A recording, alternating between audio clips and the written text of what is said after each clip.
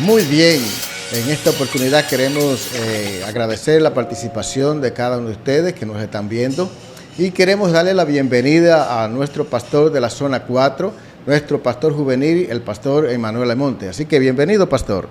Es un grato placer para mí estar aquí con ustedes para poder compartir un poco acerca de un tópico importante acerca de la palabra de Dios. Muy bien, hoy estaremos haciendo este podcast, Purificado Podcast. Así que queremos que usted en esta oportunidad hablemos concerniente a uno de los muebles del santuario terrenal. Así que vamos a hablar acerca del altar del holocausto. ¿Qué le parece este mueble, pastor? Bueno, mira, desde el comienzo de lo que podemos denominar los sacrificios y tipología del Antiguo Testamento, el santuario mostraba un lugar de reconciliación, un lugar de justificación. Y entonces el altar del holocausto era básicamente el primer lugar donde la persona iba. De paso, en este lugar la persona llevaba su ofrenda, su sacrificio y ponía las manos sobre él y ahí era entonces ejecutado. Así que la persona llevaba el cordero y el pecado. Y en el altar se encontraba el sacerdote. Luego que moría ese animal, la sangre se derramaba, se asperjaba. Eso mostraba una purificación o limpieza del pecado de la persona. Así que es importante destacar que esta parte es fundamental para entender un poco más acerca del concepto de la salvación, ya que aquí parte la justificación y la fe en Cristo Jesús. Qué bien, pastor. Me alegra que usted tenga esa exposición tan clara que pueda darnos luz a nosotros para entender este tema. Pastor, pero ¿cómo estaba ubicado y de qué estaba hecho el altar del holocausto? Muy bien. Lo cierto es que el altar era hecho de madera de acacia, estaba cubierto de bronce y tenía cuerno en las esquinas y se colocó en el atrio del santuario. Un punto muy importante, el bronce aquí simboliza el juicio y los cuernos simbolizan poder y refugio. Así que esta simbología que tiene de juicio, poder y refugio nos dan a entender de que en este altar había un juicio que se ejecutaba, pero también había un refugio. La persona pecadora, el juicio estaba sobre él, pero al llegar al altar con el sacrificio, entonces era cubierto por el Señor y al mismo tiempo era justificado. En el día de hoy el ser humano cuando llega al templo, llega con pecados y con problemas, pero en el templo recibe la garantía del Señor, su favor y también la misericordia. Muy bien, qué importante eso. La funcionalidad de este altar, ¿cuál era? ¿Cuál era el objetivo principal por el que se había elaborado este altar? Bien, habían algunas cosas que mostraba el altar. Por ejemplo, Levítico capítulo número 1, versículo 9, Éxodo capítulo 29, 38-42. El altar básicamente tenía lo siguiente: ofrecer sacrificios para la reconciliación. Ese era el primer aspecto, garantizaba la justificación. Lo segundo entonces que tiene el altar es que presenta lo que es la fe en Cristo Jesús. La temática era la siguiente: se llevaba el cordero, moría, pero no era en sí la muerte lo que provocaba la justificación, era la fe que la persona tenía en ese simbolismo de que detrás de ese símbolo estaba el verdadero Cordero Pascual, que es Cristo Jesús. Así que la función tenía dos dimensiones: una terrenal, era cuando llevaba al Cordero para que muriera, y una espiritual, que mediante la fe yo entendía de que algún día Cristo Jesús, el verdadero Cordero, tomaría ese lugar e iba a morir entonces por mis pecados. Oh, qué bien, qué bien. Entonces, el cumplimiento de esta simbología, entonces usted me está diciendo que era Cristo, se refería a Cristo Jesús. Es lo que se conoce como el antitipo que se encuentra con el tipo. El antitipo básicamente era este simbolismo y el tipo entonces es Cristo Jesús cuando viene y muere en el Calvario. Muy bien, pastor. Así que estamos conversando con el pastor Almonte, quien es nuestro guía espiritual en la parte juvenil de la zona 4. Pastor, qué interesante es saber que en el santuario tenemos una simbología acerca de Cristo, pero para el pecador común, ¿cuál es el significado o cómo podría esto para el creyente tener un significado espiritual, pastor? Excelente, muy buen punto. Hay dos cosas que hay que tomar en cuenta para el creyente cuando hablamos acerca de el altar del holocausto. El primero es justificación por la fe. Tenemos muchos problemas hoy en día tocante a este punto por diversas formas como se ha entendido. Pero la justificación por la fe básicamente no es salvación por las obras, sino es fe a través de quien hace las obras. Lo voy a repetir una vez más. No es salvación por las obras, es fe a través de quien hace las obras. De modo que la fe que justifica al creyente es la fe en las obras de Cristo.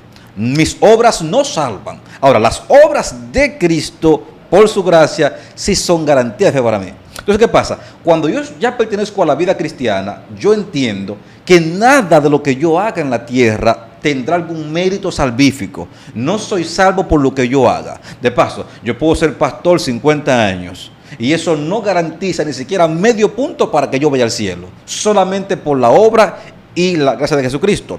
Lo segundo, arrepentimiento y confesión. En el Antiguo Testamento, la persona cada vez que pecaba hacía todo el proceso. En la vida de hoy, la cristiandad moderna debe entender que el arrepentimiento y la confesión es algo constante y sistemático de la vida cristiana. ¿Por qué razón? Porque muchas veces la gente dice, bueno, como yo no he matado, no he adulterado, no he fornicado, no he ido a un banco y lo he asaltado, bueno, pues yo no tengo un arrepentimiento grande, diríamos así. Sin embargo, el simple hecho, Facundo, de que nuestra naturaleza sea pecaminosa, y como Pablo estableció que el mal está en nuestro cuerpo, en mis miembros, todos los días hay razones por las cuales yo debo arrepentirme, debo confesar mis pecados y debo entonces clamar a esa gracia y obra de Cristo Jesús. No puede haber un día en el que un creyente no clame por el auxilio salvífico de Cristo Jesús. Si yo fuese a un monte, a un lugar apartado, donde no estuviera nadie, donde yo viva solo para no pecar, para no cometer ningún tipo de error, el simple hecho de que yo vaya a ese lugar y mi naturaleza siga siendo pecaminosa, allá estando solo, tengo razones de cada día pedir perdón y buscar entonces ese auxilio divino. Todo cristiano, día tras día, confesión, arrepentimiento y la búsqueda del auxilio divino para que me siga garantizando salvación en vida eterna. Qué bueno, pastor, esa hermosa explicación que usted está dando acerca de esta parte. ¿Sabe, pastor? ¿Y tiene algo que ver con el juicio, ese sacrificio que se hacía? Indiscutiblemente. En la Biblia el juicio es diferente a como lo entendemos en nuestro mundo actual. En el mundo de hoy, el juicio tiene que ver por la violación de una ley, un artículo. En la Biblia, el juicio tiene que ver sobre la base de lo que tú conoces, sobre la base de lo que ya te han ofrecido. Es decir, la gracia de Cristo es lo que provoca el juicio. Y el altar del holocausto también tenía juicio y gracia. Si alguien pecaba y no iba a llevar el cordero para hacer la sustitución, esa persona iba a cargar siempre con su pecado. En el contexto nuestro, igual pasa lo mismo. Si en mi vida cristiana yo no tengo una conexión con el Señor, no aprovecho la gracia que Él me da, esa misma oportunidad que viene para mi bendición, cuando yo no la aprovecho, ella cambia de rol y ahora se convierte en mi maldición. Es como decirle rapidito, un estudiante no le fue bien en el año y entonces el profesor le va a dar una ayuda para que él pueda ganar unos cuantos puntos. Supongamos que dice, mira, mañana a tal hora te daré un examen para que complete los puntos. Pero ese día el estudiante, en vez de estar estudiando, está jugando basquetbol, está jugando un poco el Nintendo, y entonces el estudiante no hace nada. Al día siguiente llega el examen, pero como no estudió, como no se preparó, él no le va bien. Ahora, el profesor, cuando lo va a castigar, cuando lo va a procesar, lo hará sobre la base de que le dio una extensión de 24 horas. Dijo, no te pongo la nota ahora, tienes 24 horas de gracia y misericordia para que vayas a tu casa. No hagas otra cosa, estudia, lee, prepárate y ven mañana para que gane los puntos. Así que cuando él al día siguiente viene y no puede ganar los puntos, esas 24 horas de gracia se convierten ahora en el punto de referencia para que le digan, hermano, no hay misericordia para ti. Bueno, la verdad es que hemos estado conversando con el pastor Almonte acerca de este importante tema. El pastor, me parece, ¿qué significado tiene hacer un sacrificio? Para mí, anterior yo escuchaba personas que caminaban ciertos kilómetros a pie o que tomaban cierta actitud de no comer durante X tiempo, pero realmente, ¿qué significa el sacrificio en la simbología del altar para un cristiano? Excelente. El sacrificio significa dependencia total. Dependencia en el sentido que la persona, cuando era un pecador, llevaba el cordero, él dependía totalmente de que ese cordero fuese aceptado, ¿ok? Y entonces a través de ese cordero él fuese justificado. En el día de hoy, muchas personas se meten en el papel del cordero, hacen largas peregrinaciones, hacen muchas cosas para yo decir que están sacrificándose. Hay un concepto por ahí que se llama afligir la carne, porque la carne es pecadora, es mala, entonces afligiendo la carne eso puede aparentemente purificar el alma. Ahora bien, para un cristiano el significado real de la importancia del sacrificio es la valoración que yo le doy a la obra de Cristo Jesús. Voy a poner rapidito un ejemplo. Cuando usted analiza la crucifixión de Cristo, la forma como él fue golpeado, solamente miremos un aspecto, los latigazos. Era una bola, hay algunas teorías que era de bronce, de plomo, tenía puntillas. Lo cierto es que cuando le golpeaban a la espalda y alaban, eso destrozaba la carne, los nervios, y era muy fuerte.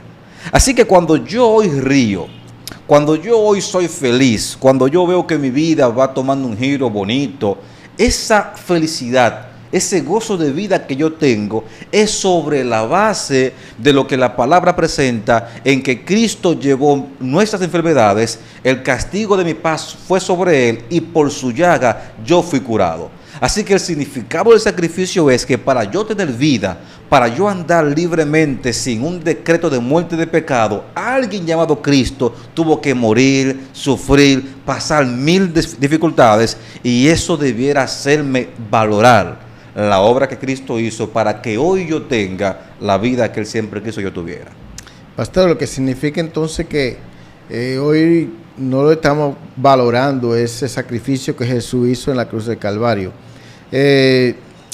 ¿Por qué razón nosotros tomamos a la ligera el sacrificio de Jesús y vemos como que en muchos de los hermanos, en muchas de las iglesias, ese altar como que el fuego del altar como que se está apagando? ¿Qué está pasando, pastor? Hay algo muy importante, y la palabra de Dios dice que uno no puede descuidar y permitir que se apague lo que se conoce como el primer amor. Hay dos cosas en la vida cristiana que a mí me gusta mucho explicar. Una cosa es la ilusión del cristianismo, y otra cosa muy diferente es la realidad del cristianismo. La ilusión del cristianismo es cuando la gente ilusiona en su mente lo que es el cristianismo, y él va al cristianismo entendiendo que está compuesto de acuerdo a cómo él concibe que es el cristianismo. Ahora, todo aquel que va por este proceso va a fracasar, porque el cristianismo no es lo que yo conciba, sino lo que es realmente una lucha constante contra el bien y el mal. Pero, entre el bien y el mal, perdón. Pero el detalle acá es este. Cuando yo no estoy consciente de la vida cristiana que yo vivo, mi amor, mi fuego continuo se va apagando. Dificultades, problemas, deudas, 1000 situaciones que se presentan a diario. Aparte de esto, el secularismo, la forma como el mundo secular está convirtiéndose en una doctrina bíblica que le está predicando el cristianismo, la forma como puede modificar la vida cristiana y ahora adaptarla lo más que pueda a los estándares del mundo secular. Todos esos elementos que yo he mencionado están provocando que haya literalmente una muerte lenta de la espiritualidad.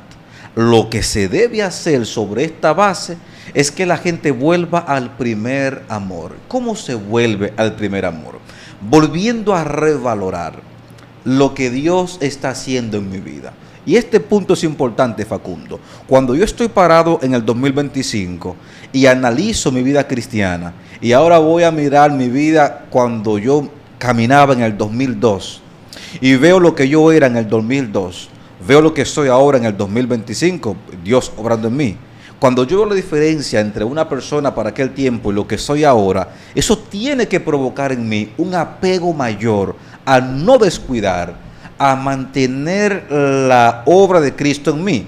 La palabra es clara cuando dice que aquel que comenzó en mí la buena obra no la va a dejar inconclusa, la va a perfeccionar hasta terminarla. De modo que en mí hay una obra que Dios está buscando completar, perfeccionar a pasar los días. Y es mi responsabilidad no permitir, luchar hasta la muerte para que algo estorbe esa obra que Dios quiere completar en mí.